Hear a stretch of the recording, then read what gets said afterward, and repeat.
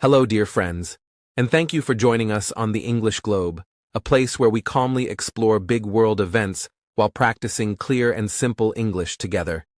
My name is Adam, and today we are starting a very important and interesting conversation with my wonderful co-host Julia about a question that many people around the world are still asking even in 2026, and that question is this. For years, the whole world watched one historic country slowly leave one powerful union. But was Brexit really the end of that story? Or was it only the beginning of a new chapter that is still shaping the future of the United Kingdom and its relationship with the European Union? Because when such a major political change happens, it does not disappear in 1 year or 2 years.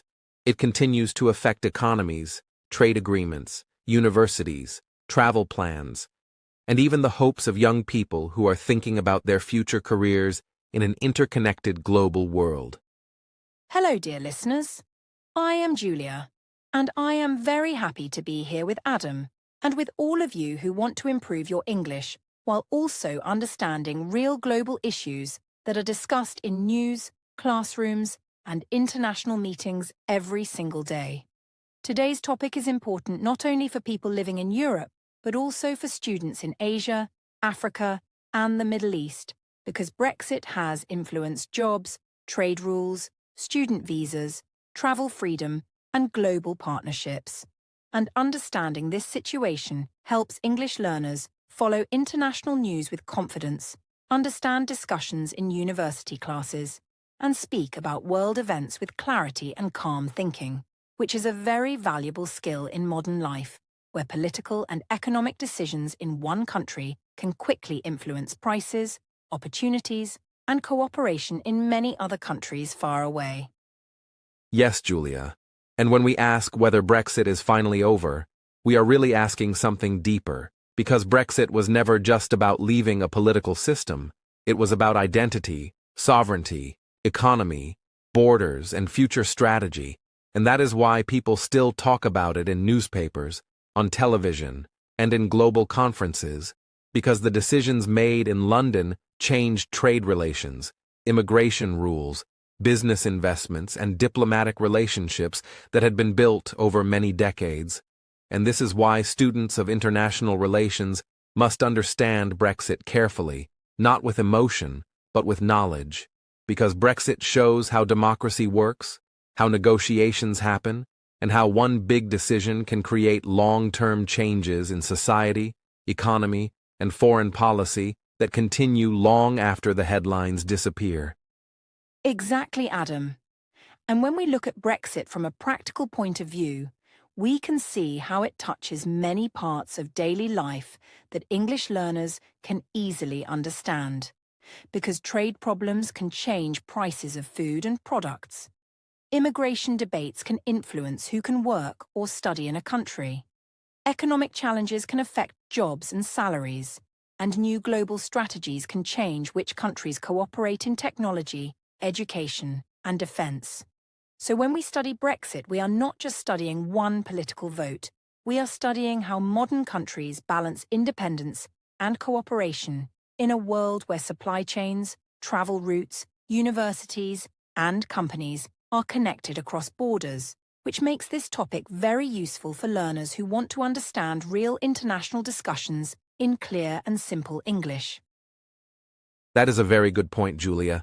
And today in this long educational podcast, we will carefully explore the big questions that people are asking in 2026, such as why Brexit still matters, what problems have been solved, and what challenges continue, how trade between the UK and Europe has changed, how immigration rules are different now, and how the UK is building new relationships with countries in Asia, America, and beyond. Because when one country changes its path, it must design a new strategy for economy, diplomacy, and global influence, and understanding this process helps listeners see how international systems work in reality, instead of only reading short headlines that do not explain the full story or the long-term consequences of political decisions. Yes, Adam. And we also want to remind our listeners that learning English through real global topics is one of the best ways to build strong listening skills and confidence, Because when you understand news about trade, diplomacy, and world cooperation in English, you become more comfortable in academic discussions, job interviews, and international conversations. And today we will explain Brexit step by step using neutral and respectful language without political bias.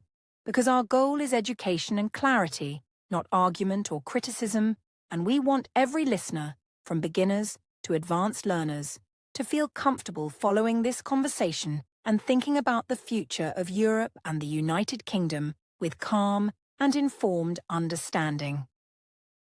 So, dear listeners, let us imagine the situation together. Imagine a country that for decades traded freely with its neighbors, allowed easy travel for students and workers, and helped shape policies inside a large union. And then imagine that country deciding to leave that system in order to control its own laws and borders more directly, because that decision created new opportunities, but also new questions. And those questions are still being answered today through negotiations, economic changes, and political debates, which means Brexit is not only history, but also current reality. And that is why understanding it helps us understand how modern democracies make decisions and how global cooperation changes in the 21st century. Exactly, Adam. And before we continue into the detailed parts of this podcast, let us share what our listeners will learn today so they can follow the discussion easily. Because first, we will explain what Brexit really was and why people voted for it. Then we will look at the timeline from 2016 until recent years. After that, we will ask whether Brexit is truly finished or still continuing in new forms. Then we will discuss economic effects, immigration changes, and the UK's new global partnerships. And finally, we will look at what might happen next and what lessons other countries can learn from this experience. So by the end of this podcast, you will have a clear and calm understanding of Brexit and its future, while also practicing your English listening skills with real international content. So stay with us, dear friends, listen carefully, think about the ideas, and imagine how global events connect with everyday life. Because today we are not only asking if Brexit is over, we are asking what kind of future the United Kingdom is building, what kind of cooperation Europe wants, and how young people around the world can understand these changes with knowledge instead of confusion. And in the next part of our discussion, we will begin by explaining the simple meaning of Brexit and the history behind that famous referendum, so that every listener can follow the journey step by step in clear and confident English. Dear listeners, before we can understand whether Brexit is truly finished or what the future may look like, we must first understand what Brexit actually meant in a simple and clear way, because Brexit was not only one vote or one speech, but a long political and economic process that changed the relationship between the United Kingdom and the European Union, which is a group of European countries that cooperate on trade, laws, travel rules, and many shared policies in order to create economic growth, political stability, and easier movement of people and goods across borders. And by understanding this basic idea, first we can calmly follow the rest of the story without confusion, because many headlines speak quickly about Brexit, but do not explain the system behind it or the reasons why countries join or leave such unions in the first place. That is a very important starting point, Adam, because the European Union began after the tragedies of the 20th century, when European countries wanted stronger cooperation instead of conflict. And over time, the EU created a large single market where goods, services, money, and people could move more freely between member countries. And this system helped businesses trade more easily, helped students study abroad, and helped workers find jobs across borders. So when the United Kingdom joined the European community decades ago, it was part of a strategy to grow its economy, increase trade with neighbours, and strengthen political cooperation in Europe, which many leaders believed would bring stability and prosperity after years of war and economic difficulty across the continent. Yes, Julia, the UK officially joined the European Economic Community in 1973 after debates and national discussion. because British leaders believed that being part of a large European market would help businesses sell products more easily, attract investment, and create jobs. And for many years, membership gave British companies easier access to European customers, while allowing students and workers to travel freely across the continent.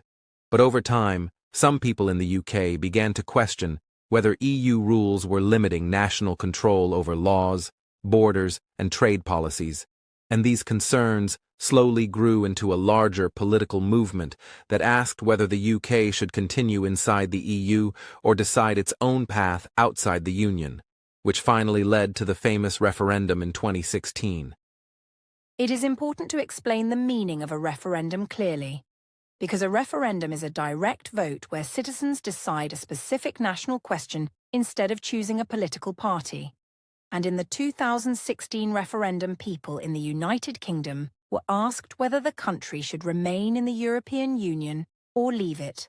And millions of people voted after months of public debate, speeches, television discussions, and newspaper arguments. And in the end, the results showed that a small majority voted to leave the EU, which meant the government had to begin negotiations to change laws, trade agreements, and immigration rules that had existed for many years. And this democratic process showed how important public opinion can be in shaping national policy. Yes, Julia, and during that referendum campaign, different leaders and political groups presented their ideas to voters, and one of the well-known leaders supporting Brexit was Boris Johnson, who argued that leaving the EU would allow the UK to control its own laws, borders, and trade agreements more directly, while other leaders supported remaining in the EU because they believed membership protected jobs, investment, and cooperation with European neighbors. And it is important for learners to understand that these debates were not simple or emotional only, but included economic studies, legal discussions, and different visions of national identity and global strategy, which is why Brexit became one of the most important political discussions in modern British history. Exactly, Adam.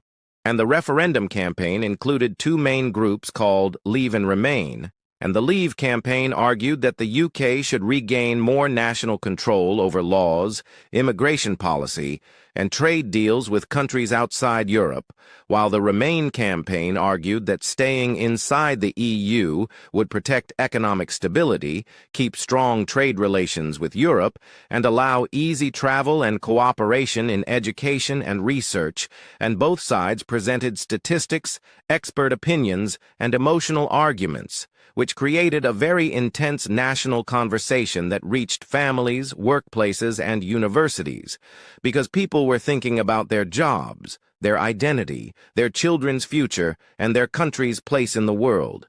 Yes, Julia. And this debate also showed how complex modern democracies can be, because people voted based on many reasons such as economic hopes, cultural concerns, political trust, and personal experience. And after the referendum result was announced, the country faced a long negotiation process to decide how to leave the EU system step by step, because membership included thousands of laws, trade agreements, and shared policies that could not change overnight. And this is why Brexit continued for several years after the vote, with discussions about trade borders, Northern Ireland rules, business regulations, and travel agreements, which shows that leaving an international union is not one simple decision, but a long and detailed process. Another important fact to understand is why society became divided during Brexit. Because when a country faces a big decision about identity, economy, and future strategy, people often have different opinions based on their experiences and hopes. And in the UK, some people believed leaving the EU would bring independence and new opportunities, while others believed remaining would bring stability and cooperation. And these different views created strong political discussions that sometimes felt emotional. But it is important to remember that such debates are part of democratic systems where citizens express opinions peacefully through votes and public discussion. And understanding this helps listeners see Brexit as a political process instead of only a conflict story. That is a very wise explanation, Julia. And today, when we study Brexit calmly, We can see it as an example of how modern countries think about sovereignty and globalization, because some people believe closer cooperation brings economic strength, while others believe national control brings flexibility and identity. And the UK's decision showed how these ideas can lead to a historic national choice, and by studying this event carefully, we can understand how political campaigns work, how referendums influence policy, and how international relations change when one country redefines its role in a large regional system, which is why Brexit remains an important topic for students, journalists, and English learners around the world. So, dear listeners, in this section we have explained what the European Union is, why the United Kingdom joined it many years ago, why people voted to leave in the 2016 referendum, what leaders and campaigns discussed, and why society became divided during that historic decision. And in the next section, we will slowly explore the timeline from the referendum to recent years so that you can clearly understand how negotiations happened and how Brexit moved from a political idea into real laws and real changes that continue to shape the United Kingdom and Europe today, all explained in calm and simple English to help you learn while understanding the world. Now that we understand what Brexit was and why it happened, let us carefully walk through the timeline step by step, because history becomes clearer when we see how events connect over time. And the first key moment was the referendum in June 2016, when citizens of the United Kingdom voted on whether to remain in or leave the European Union. And after months of public debate, the results showed that a small majority supported leaving, which surprised many people around the world and immediately created questions about trade, travel, laws, and economic stability, because leaving such a large system required years of negotiation to rewrite agreements that had existed for decades, and this moment became the starting point of a long and complex political journey that would shape Europe's future for many years after that single day of voting. Yes, Adam, and after the referendum result, the next stage was negotiation, which lasted several years because both sides had to decide how trade would work, how borders would be managed, how citizens living abroad would be protected, and how financial responsibilities would be handled. And during this time, there were many meetings between British and European leaders, long discussions in parliaments, and constant updates in the news, because leaving the EU meant changing thousands of rules about business standards, travel arrangements, and legal cooperation. And these negotiations were difficult because each side wanted to protect its interests while also keeping friendly relations.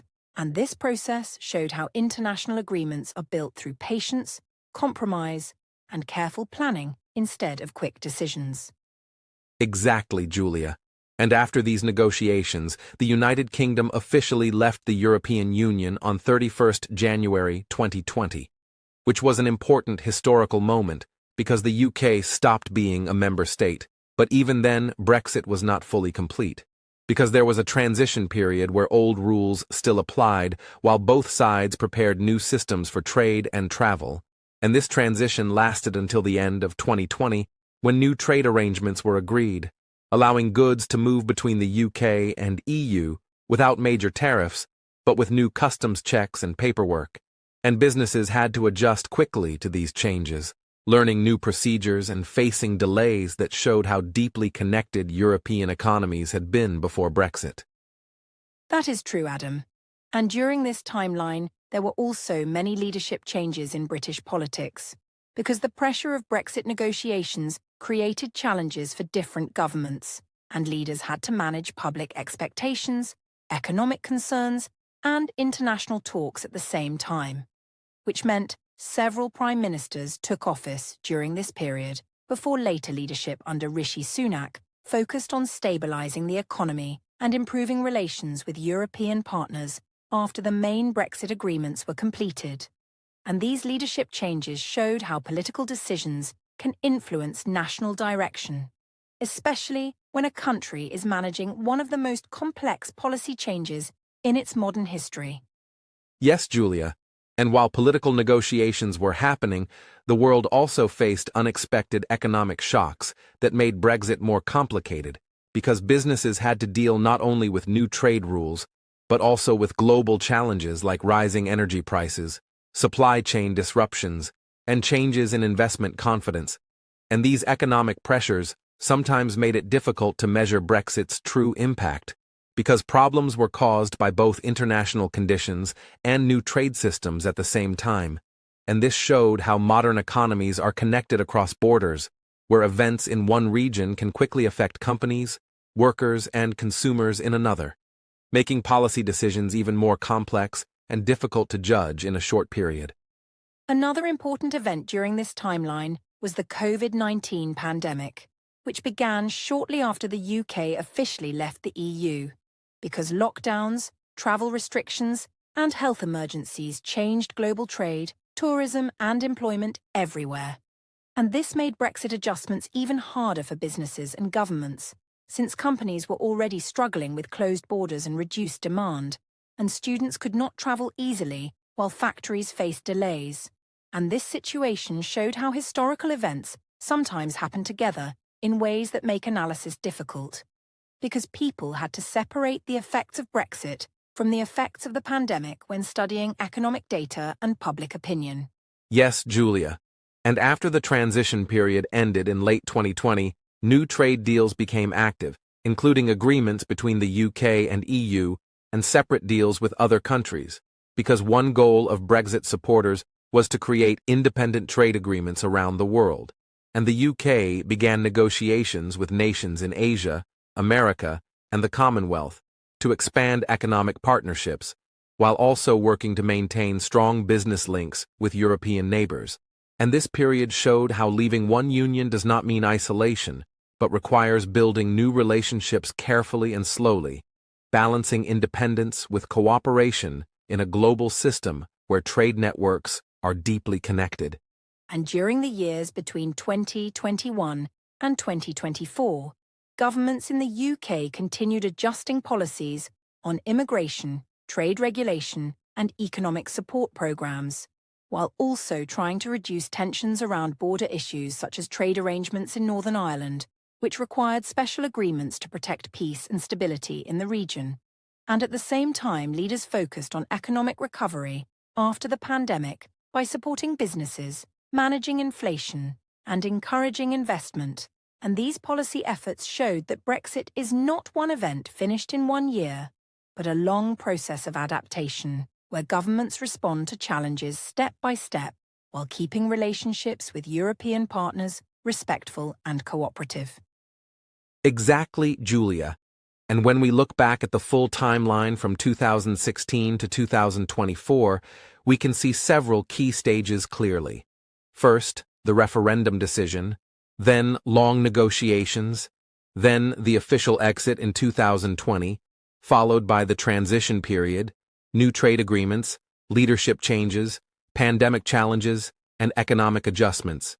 And understanding this timeline helps listeners see Brexit not as one moment, but as a journey with many steps, where political choices created economic and social changes that continue today.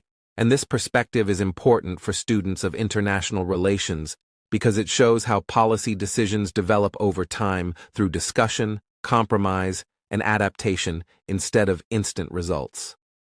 So, dear listeners, in this section, we have followed the Brexit timeline carefully from the 2016 vote-through negotiations, the official exit, the pandemic years, leadership changes, and economic recovery efforts until recent policy adjustments. And in the next section, we will explore an important question that many people still ask today, which is whether Brexit is truly finished or whether its effects are still continuing in new forms, because understanding that idea will help us see how political decisions shape long-term national strategy in today's interconnected world. All explained in calm and clear English to help you learn while understanding real global events. Now, we arrive at the central question of today's podcast, and it is a question that many journalists, economists, and students of international relations continue to ask even in recent years, which is whether Brexit is actually finished or whether it is still unfolding in different forms.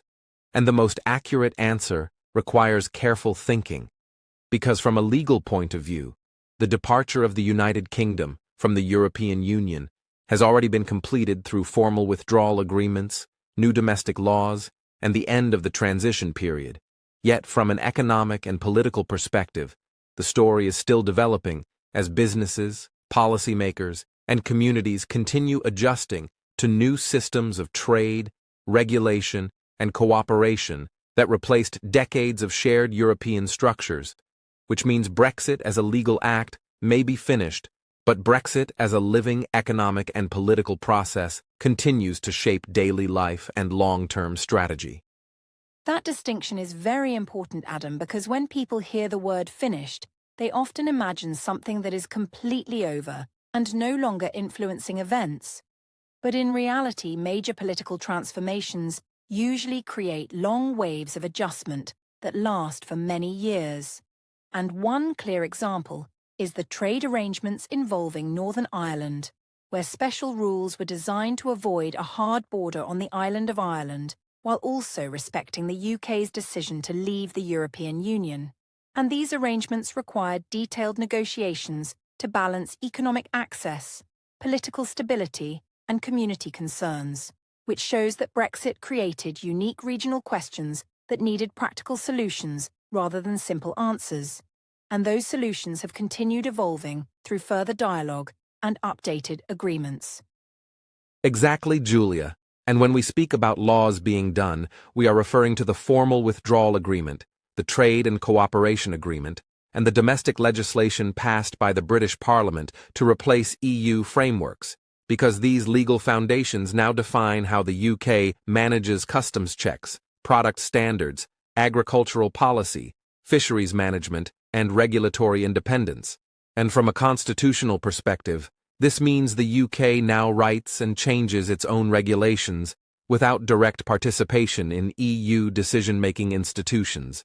Yet the reality of international trade means that many British businesses still follow European standards when exporting goods to the continent, which demonstrates that legal independence does not remove economic interdependence in a global marketplace. Yes, Adam.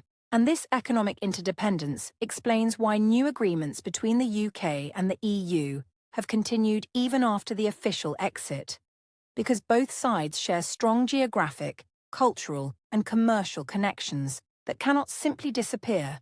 And in recent years, discussions have focused on improving cooperation in areas such as scientific research, energy coordination, and security collaboration, showing that leaving a political union does not necessarily mean ending partnership, but rather reshaping it into a different form that reflects new political realities while maintaining practical cooperation where it benefits both sides.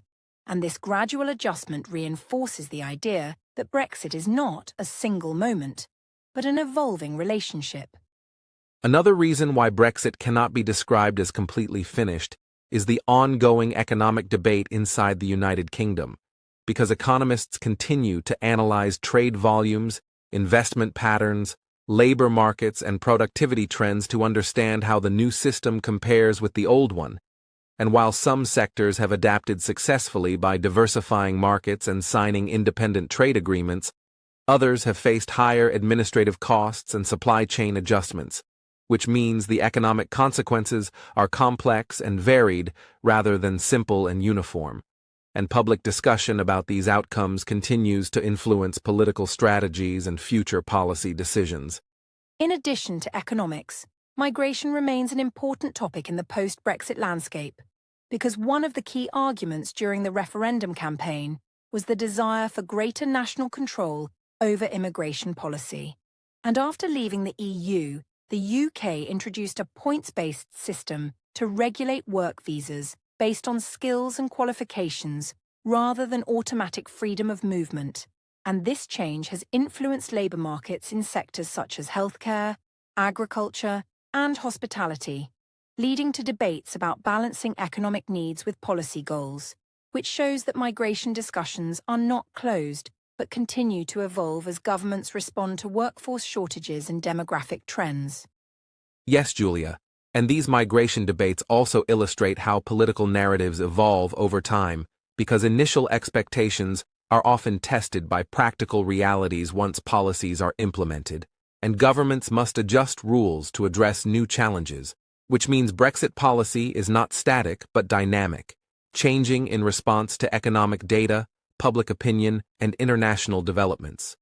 And this flexibility is part of democratic governance, where elected leaders respond to conditions rather than following fixed plans without adaptation, reinforcing again that Brexit is better understood as a continuing process of management rather than a completed chapter locked in history books. Another important factor is public perception, because opinions about Brexit have shifted among different age groups and regions over the years. And while some citizens continue to support the decision as an expression of sovereignty, others question whether closer cooperation with European neighbours might benefit economic growth. And these discussions happen peacefully through elections, parliamentary debates, and media analysis, reflecting the normal functioning of democratic society. And such evolving public attitudes influence how future governments approach relations with the European Union, possibly leading to deeper cooperation in selected sectors without reversing the original decision to leave. So when we return to the main question of whether Brexit is actually finished, the most balanced answer is that the legal act of withdrawal is complete, but the strategic and economic consequences are still unfolding, because international relationships are never frozen in time, but constantly adjusted through negotiation, cooperation, and domestic reform. And the United Kingdom now operates outside EU institutions while maintaining structured agreements that allow trade and collaboration, which creates a new model of partnership rather than full separation or full membership. And this nuanced reality requires careful explanation rather than simple slogans. Dear listeners, understanding this nuance is very important for anyone studying international relations or global economics, because Brexit teaches us that large political transformations unfold over many years and require constant policy refinement. And as we continue our podcast, we will explore how this evolving relationship influences the United Kingdom's global strategy, economic direction, and diplomatic priorities, so that by the end of our discussion, you can clearly see that Brexit was not one dramatic moment that ended in 2020, but a long and ongoing process that continues shaping decisions, debates, and partnerships in Europe and beyond. Now let us talk about one of the most important questions people ask about Brexit, which is how it affected the economy of the United Kingdom. And to understand this clearly, we must begin with trade, because for many decades, British companies traded easily with neighbors inside the European Union without customs checks or extra paperwork. And after Brexit, new rules were introduced that required forms, inspections, and sometimes delays at borders, which made exporting goods more complicated for small businesses that did not have large teams to manage international shipping, while larger companies invested money in new logistics systems to adapt to the changes, showing how economic adjustments after political decisions often affect industries differently depending on size, experience, and international connections. That is very true, Adam. And when trade systems change, there can also be pressure on prices, which is why people in Britain and many other countries noticed inflation rising in recent years, because new border checks, global supply chain problems, and energy price shocks increased costs for companies. And these higher costs were sometimes passed to consumers through more expensive food, fuel, and services. Although economists also explain that inflation was influenced by global factors such as pandemic disruptions and energy market changes. So it is important to understand that Brexit was one factor among many, and careful study is needed to separate domestic policy effects from worldwide economic trends that influenced nearly every country. Yes, Julia, and investment is another key area to examine, because investors prefer stability and clear rules when deciding where to build factories, offices, or technology centers. And after the Brexit vote, some companies paused or reconsidered investment decisions while waiting to see how new trade rules would work, while other businesses saw opportunities in a more independent regulatory system and expanded operations in sectors like finance technology and renewable energy, which means the investment picture became mixed rather than simply positive or negative, showing that economic change creates both challenges and new possibilities at the same time depending on industry conditions and long-term strategy. Exactly, Adam. And businesses across the UK faced practical challenges in adapting to the new system, because companies that imported parts from Europe or exported food and manufactured goods had to learn new customs rules, product certification procedures, and tax reporting requirements. And this increased administrative costs for many firms while also encouraging some companies to look for suppliers in other regions, which demonstrates how international trade networks adjust slowly after major policy changes, and how companies must innovate, reorganize supply chains, and train workers to operate successfully in a new regulatory environment. Yes, Julia, and despite these challenges, the UK government also focused on creating new trade deals outside Europe, because one goal of Brexit supporters was to expand economic partnerships beyond the continent, and Britain negotiated agreements with countries in Asia, the Pacific region, and North America in order to increase exports and attract investment. And while these agreements opened new markets for some industries, economists often note that geographic distance, shipping costs, and existing supply chains mean that replacing European trade fully takes time, which again shows that economic transformation is gradual rather than immediate. That is correct, Adam. And these new trade opportunities come with both benefits and risks, because opening markets can help companies sell products worldwide and bring innovation through competition. But it can also expose domestic industries to stronger global rivals who produce goods at lower cost or larger scale, which means governments must balance free trade with support for workers and local businesses. And this balancing act is especially important in a world where large economies such as the United States and China compete strongly in technology, manufacturing, and finance, shaping global prices, investment flows, and supply chains that influence smaller economies and even major ones like the United Kingdom.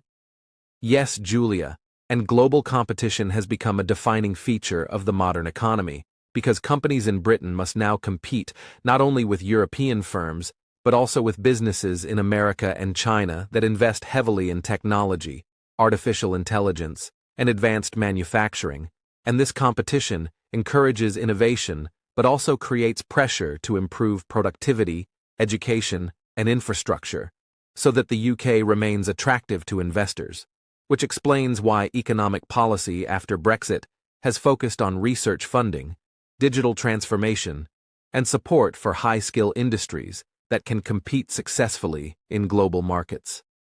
Another important point is that economic change is felt differently in different regions and sectors, because financial services in London may experience different effects than farming communities, fishing towns, or manufacturing centres, and governments must respond with targeted policies such as training programmes, infrastructure investment, and support for exports, which shows how complex economic transitions can be after major political decisions, and why careful planning is needed to protect jobs while encouraging new industries that can grow in the future global economy. So when we summarize the economic impact of Brexit, we see a balanced picture where trade with Europe became more complex. Inflation pressures affected consumers alongside global factors. Investment decisions changed in different ways. Businesses adapted to new systems, and new trade deals created opportunities with risks, all within a competitive world economy influenced by large powers like the United States and China, which reminds us that economic outcomes are shaped by many forces working together rather than one single event alone.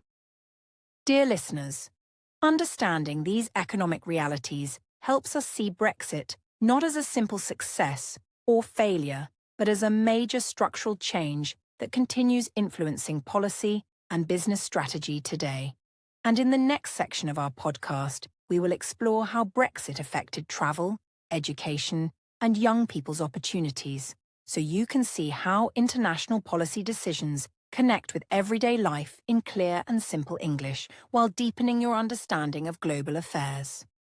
In this section, we will talk about immigration and society after Brexit, because immigration was one of the most discussed topics during the referendum campaign, and it continues to shape policy today in the United Kingdom, where new visa rules were introduced after leaving the European Union to replace the old system of free movement that allowed EU citizens to work and live in Britain without special permits.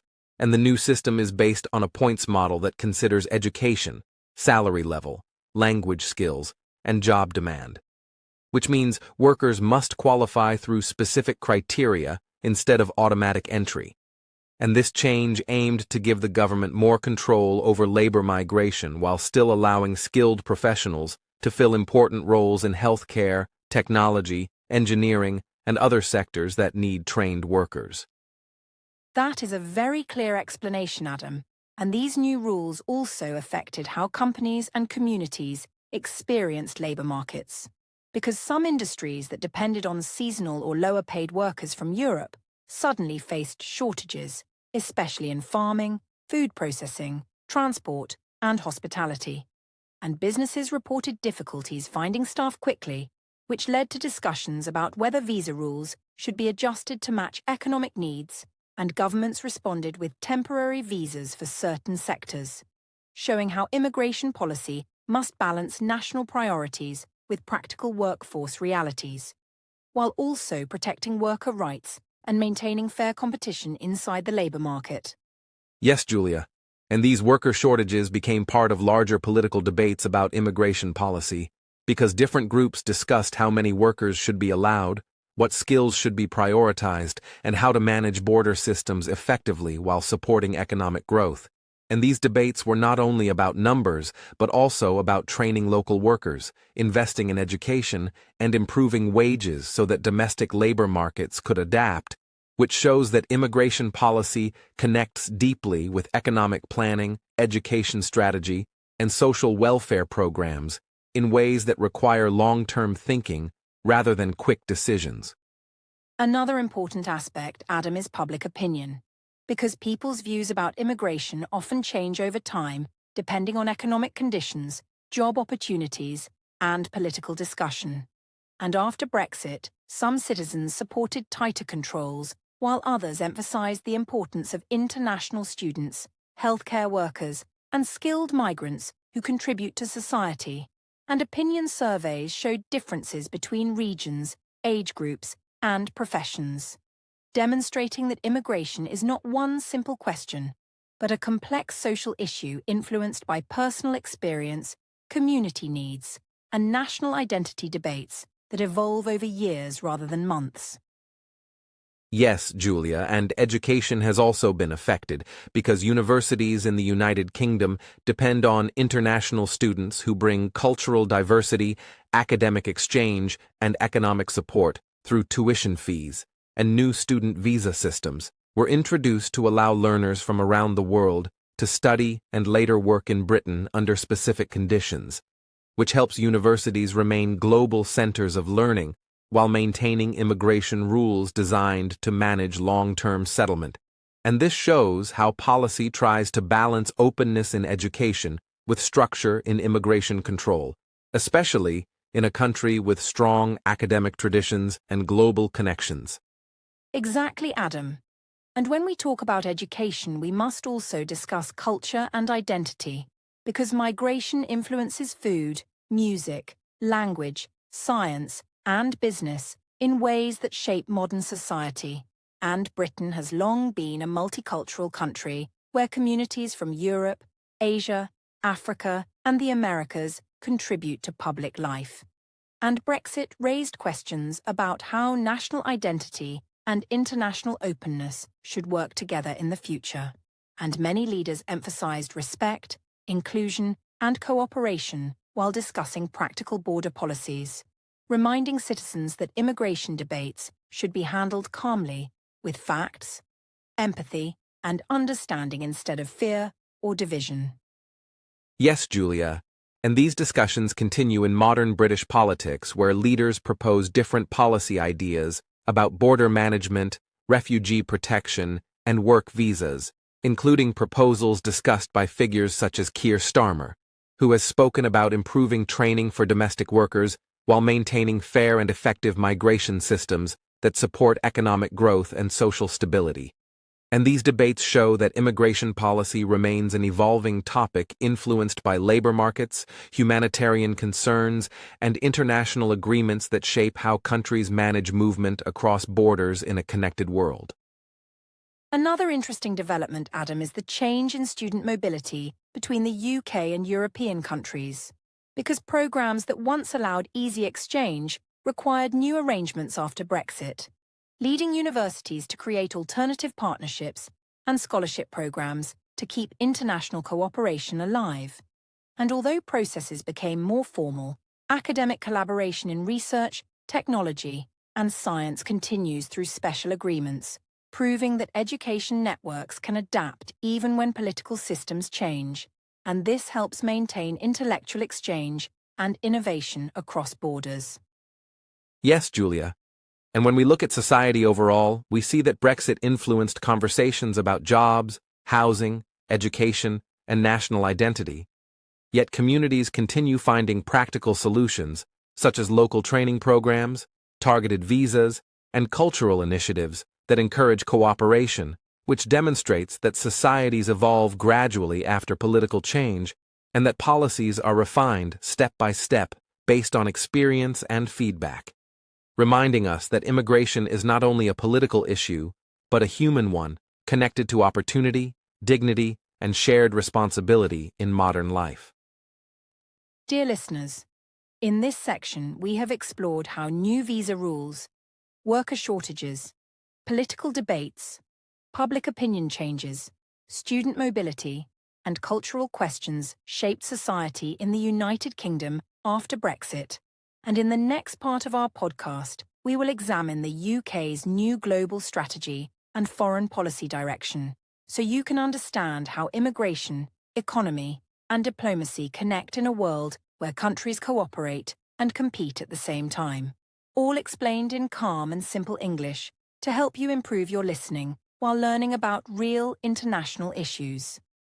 Dear listeners, in this section, we will explore the United Kingdom's approach to foreign policy after Brexit, because leaving the European Union opened new opportunities and challenges for the United Kingdom as it redefined its role in the world.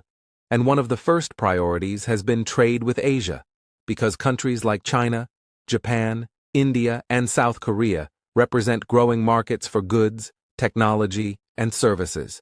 And the UK has focused on negotiating trade agreements to expand exports of finance, pharmaceuticals, and engineering products, while also attracting investment from Asian companies, which shows that Britain is seeking both economic growth and international partnerships beyond Europe, aiming to balance global opportunity with domestic priorities. Exactly, Adam. And another central aspect of the UK's global strategy is its relationship with the United States, because the US remains the United Kingdom's largest defense partner, a key trade ally, and a source of technological innovation. And British leaders have emphasized maintaining close cooperation in areas such as intelligence sharing, cybersecurity, military coordination, and diplomatic dialogue, which reflects a strategy of strengthening traditional alliances while also pursuing independent trade policies outside of the European Union, showing that cooperation with powerful partners is a cornerstone of UK foreign policy, even in an era of greater national independence. Yes, Julia, and NATO continues to be a critical framework for UK security policy because membership allows Britain to contribute to collective defense in Europe, coordinate military exercises, and support peacekeeping missions. And even after Brexit, the UK has maintained strong commitments to NATO while also exploring new security initiatives globally, demonstrating that independence in trade or domestic policy does not mean isolation in defense, and that Britain sees itself as both a sovereign country and a key participant in international security frameworks that protect national and regional interests simultaneously. Another important area, Adam, is technology partnerships, because innovation and digital infrastructure have become central to national strategy, and the UK has signed agreements with partners in the US, Japan, Canada, and EU countries to advance artificial intelligence, quantum computing, cybersecurity, and space technology. And these collaborations help the UK remain competitive in a fast-changing world economy, while also allowing domestic universities and research centres to attract global talent, which demonstrates that strategic independence is combined with targeted cooperation where mutual benefits exist, showing a nuanced approach to international engagement. Yes, Julia. And global security remains a key concern, because threats like cyber attacks, terrorism, and political instability require both national preparedness and international collaboration. And the UK has maintained intelligence networks, defense partnerships, and training programs to respond to emergencies while participating in global peacekeeping, which shows that post-Brexit strategy is about shaping influence and security without relying solely on one union or another, reflecting a vision of independent decision-making that still values collective action when needed. Another interesting dimension is the Commonwealth, because the United Kingdom has historical ties to countries in Africa, Asia, the Caribbean, and Oceania, and leaders have emphasized strengthening trade, education, and cultural links with these nations as part of a global Britain strategy, aiming to build mutually beneficial relationships while promoting British values and expertise. And these efforts illustrate that cooperation can occur in multiple directions simultaneously, balancing independence with global engagement to enhance political, economic, and cultural influence worldwide. Exactly, Julia. And when we discuss whether the UK wants independence or cooperation, the answer is both, because the government seeks independence in domestic decision-making, trade agreements, and immigration policy, while simultaneously cooperating with allies and partners in security, technology, and strategic trade, which demonstrates a balanced approach that prioritizes national sovereignty while recognizing that international collaboration is essential for addressing complex modern challenges that cross borders, such as global supply chains, climate change, and geopolitical instability. Yes, Adam. And this dual approach is reflected in policy statements and national strategy documents that highlight the need for flexibility, resilience, and selective partnerships, meaning that the UK evaluates each opportunity carefully to decide where independence is beneficial and where cooperation brings greater security, innovation, and economic advantage, which is a sophisticated strategy that requires careful planning, negotiation, and ongoing adaptation as global conditions change.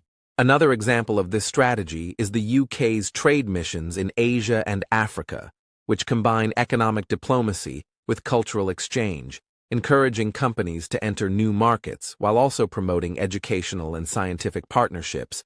And this approach shows that the UK seeks to influence global networks without compromising its decision-making freedom, reflecting a strategic mindset that balances self-determination with participation in multilateral initiatives, making Britain a flexible actor in world affairs. Dear listeners, in this section, we have explored how the United Kingdom has shaped its new global strategy after Brexit, focusing on trade with Asia, relations with the United States, NATO commitments, technology partnerships, global security, and Commonwealth ties. And we have explained how independence and cooperation are combined to create a flexible, strategic foreign policy. And in the next section, we will examine how Brexit affected everyday life in the UK, including travel, education, and cultural exchange, so you can see the practical impact of these political and economic strategies while improving your English understanding of global affairs. In this section, we will explore the broader effects of Brexit on Europe, because while the focus is often on the United Kingdom, the departure of one major member state has had ripple effects across the European Union and beyond, influencing politics, economics, and security in ways that are still visible today. And one of the first consequences was a renewed sense of unity among remaining member states, because leaders in Brussels, Berlin, Paris, and other capitals recognized the need to strengthen cooperation to prevent divisions, maintain the single market, and ensure stability, which led to more coordinated economic policies, shared financial support during crises, and increased attention to long-term planning in areas like energy, climate, and digital infrastructure, showing that the EU became more deliberate in its decision-making after witnessing a significant member leave. Exactly, Adam.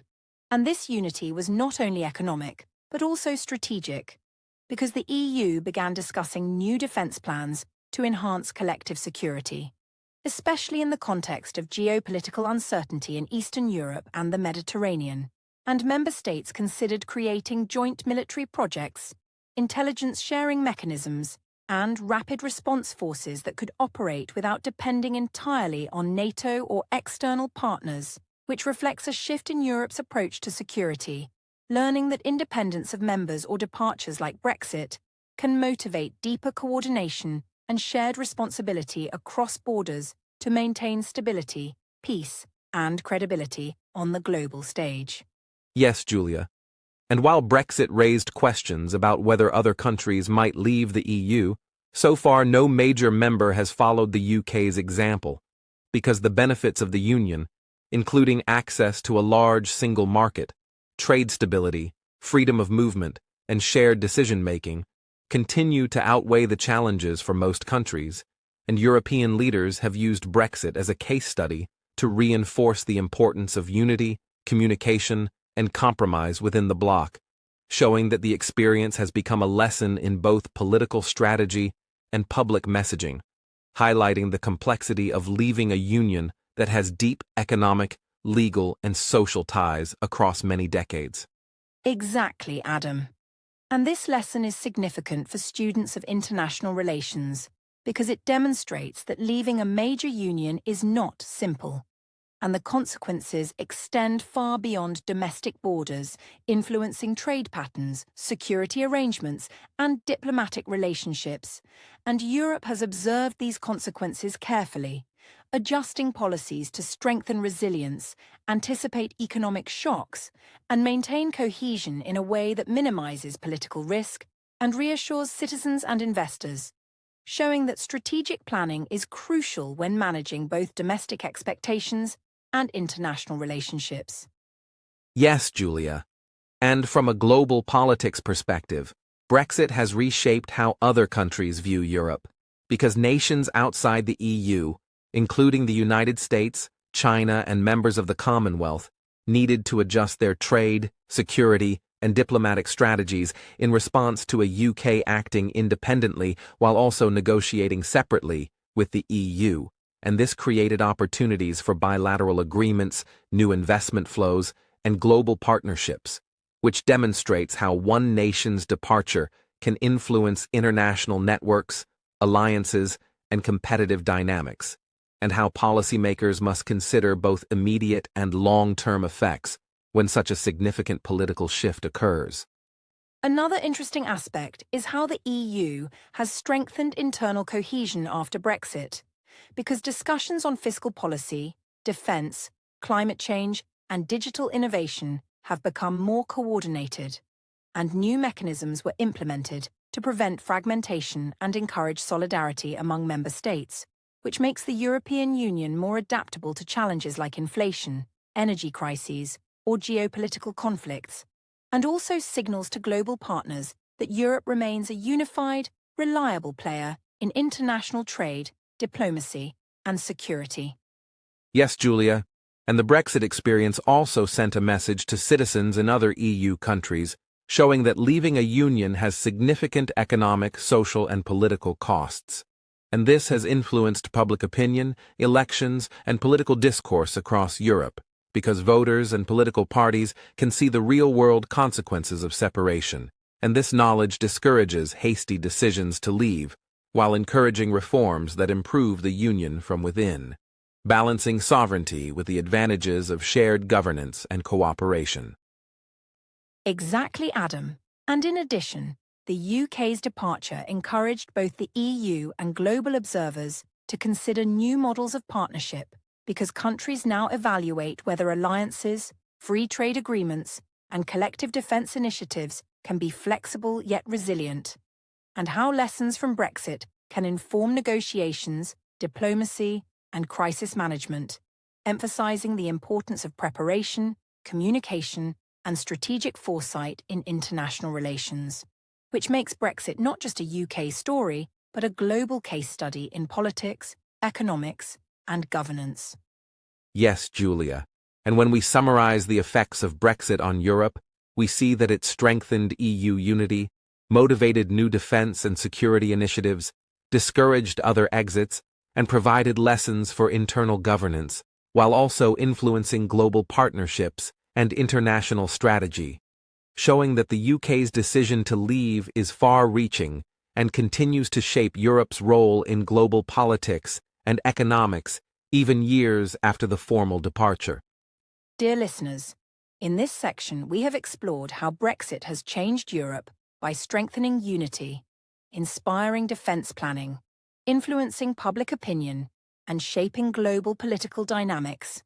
And in the next section of our podcast, we will examine how ordinary people and businesses continue adapting to life after Brexit, so you can understand the human and social dimensions of these political changes while improving your English comprehension of real-world events. In this section, we will explore what the future might hold for the United Kingdom after Brexit, because while the past provides context, understanding the potential direction of policies, trade, and international relations is essential for students of global affairs, and one important area is the possibility of closer UK-EU cooperation, because although Britain is no longer a member of the European Union, economic realities and shared interests may encourage both sides to negotiate improved trade deals, streamline border procedures, or collaborate on technology, climate policy, and security initiatives, which shows that political separation does not necessarily mean total disengagement, and careful diplomacy can maintain mutually beneficial relationships while respecting national independence. Exactly, Adam. And trade reforms are another major topic, because governments in London and Brussels continue monitoring markets, customs procedures, and supply chains to ensure efficiency, reduce delays, and maintain competitiveness. And the UK has introduced initiatives to attract investment, simplify export processes, and support domestic industries affected by previous changes, while the EU adjusts regulations to maintain stability for both sides, which demonstrates how economic adaptation is a long-term process that combines regulatory planning, infrastructure improvements, and stakeholder feedback, and reminds us that economic recovery and growth depend on ongoing policy innovation rather than one-time decisions. Yes, Julia. And speaking of economic recovery plans, the UK government has focused on strategies to rebuild after trade disruptions, inflation pressures, and global market shocks, including supporting high-tech industries, energy transition projects, and financial innovation, while also investing in infrastructure, regional development, and workforce skills to enhance competitiveness, which illustrates a proactive approach to turning challenges from Brexit into long-term opportunities, showing that governments must anticipate both domestic needs and international trends to ensure sustainable growth over the coming years.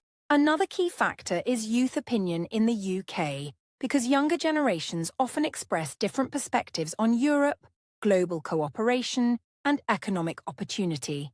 And surveys show that many young Britons would have preferred to remain in the EU, yet they are now adjusting to post-Brexit realities while actively participating in higher education, entrepreneurship, and international exchange programs, and their voices may influence future elections, public debates, and policy decisions, which highlights the importance of engaging citizens in shaping long-term national strategies that balance sovereignty, opportunity, and international collaboration.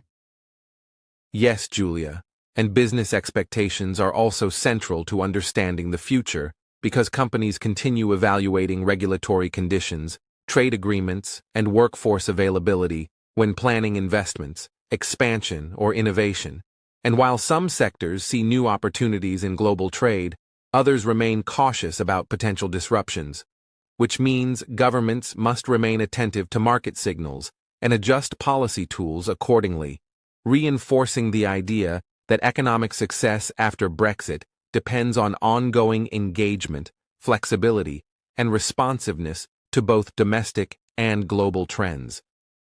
Political elections will also shape the direction of Brexit's legacy, because governments in London determine trade policy, immigration rules, and international collaboration, and party platforms reflect different visions for future cooperation with Europe, global partnerships, and domestic investment, which means voters have a direct impact on whether the UK pursues greater independence, deeper integration with international markets, or selective partnerships based on economic and security priorities, highlighting how democratic processes influence both short-term adaptation and long-term strategy.